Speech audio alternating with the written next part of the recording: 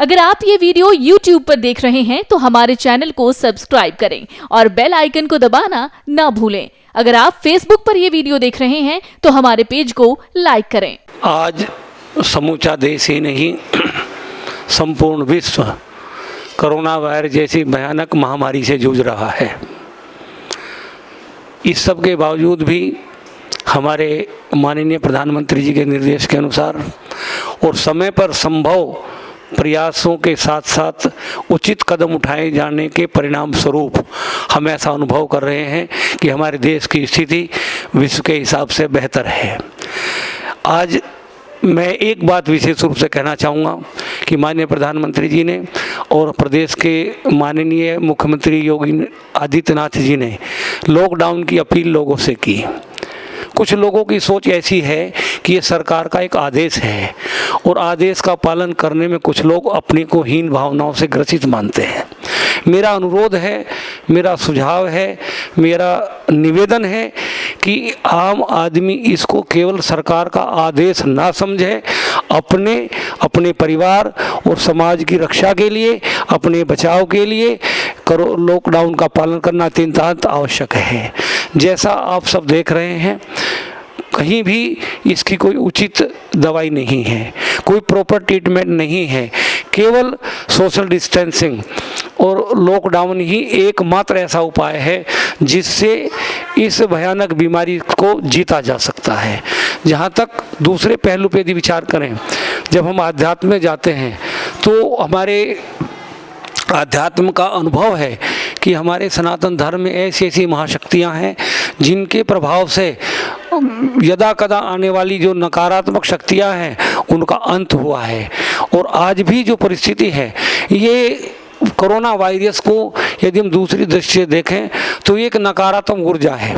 जिसके प्रभाव से जनमानस को बहुत नुकसान हो रहा है, अनेकों जाने जा रही हैं, बहुत परिवार बेघर हो गए हैं। तो ऐसे में भी आध्यात्म का एक विशेष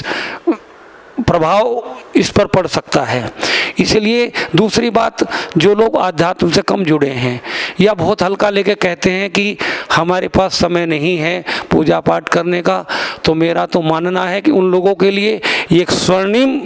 अवसर है कि अब कहीं कुछ जाना नहीं है, बाहर निकलना नहीं है और कोई काम नहीं है, सभी कामकाज करीब करीब बंद हैं। तो ऐसे में जितना भी समय हो आध्यात्मिक चिंतन में, भगवान की पूजा पाठ में और प्रार्थना में लगाएं। जिस रोज़ भगवान की कृपा हो जाएगी उस दिन ये कोरोना वायरस इस देश से समाप्त हो जाएगा और मुझे विश्वास है कि विश्व में भी इसका संक्रमण रुक जाएगा। हमारी जो पद्धति है, हमारा जो तरीका है, हमारी जो राजनीति है, उसमें इस वक्त कुछ ऐसी बातें हैं कि मेरा राजनीति विषय नहीं है, पर फिर भी मेरा कुछ राजनीतिकों से ऐसे में विशेष निवेदन है कि वो ऐसे में राजनीति ना करें। इस सब को राजनीति से अलग रखते हुए आम आदमी की और देश की सुरक्षा के लिए, जनमानस की सुरक्षा के लिए अपनी संकीर्णता से ऊपर उठकर आम जनमानस को इसके लिए प्रेरित करें। मेरा अपने अनुयायियों से नहीं, समस्त देशवासियों से करबद्ध प्रार्थना है कि इस महामारी से लड़ने के लिए हम एकजुट होकर और जो हमें निर्देश दिए गए हैं उनको केवल निर्देश ना मान के, बचाव के उपाय मान के अपने जीवन में उसका अमल करें, तभी हम इससे निजात पा सकते हैं। और हमारा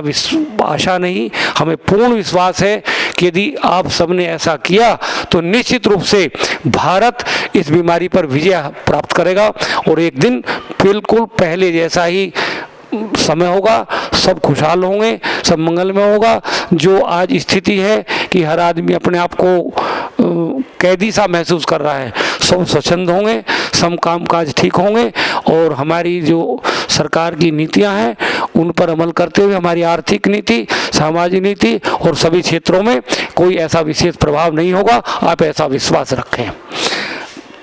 इसी के साथ मैं पुनः आप सभी से निवेदन करता हूं कि आपको जो जो समय पर निर्देश दिए जाते हैं, प्रसन्नता का विषय है कि 22 मार्च को जो प्रधानमंत्री जी ने सुझाव दिया कि जो लोग हमारे इस समय में अपनी जान को खतरे में डाल के देशवासियों की सुरक्षा में रात दिन लगे हुए हैं, चाहे वो मेडिकल स्टाफ है, चाहे वो सुरक्षाकर्मी है, चाहे वो समाज सेवी हैं, चाहे वो स्थानीय निकाय के कार्यकर्ता हैं, उन सब के लिए जो धन्यवाद की बात थी, प्रसन्नता का विषय है कि जिस एकजुटता के साथ, बिना किसी भेदभाव के साथ हर वर्ग के लोगों ने, हर जाति के लोगों ने, हर संप्रदाय के लोगों ने, हर पार्टी के लोगों ने जिस तरह से उनका अभिवादन किया वो अपने आप में सराहनीय है। और उसी श्रृंखला में अभी 5 तारीख को जो दिए जलाने की बात थी, तो ये बिना समय की दीपावली जैसा लग रहा था। और उससे तो हमें एक संदेश और मिलता है, एक आशा जगती है कि आज हमने जो एक संकेत दिया 5 अप्रैल को दीपक जला के, हमें विश्वास है कि भगवती कृपा रहेगी और इस देश में इस संक्रामक बीमारी पर विजय प्राप्त करने के बाद फिर दिवाली मनाई जाएगी, ऐसा हमारा विश्वास है।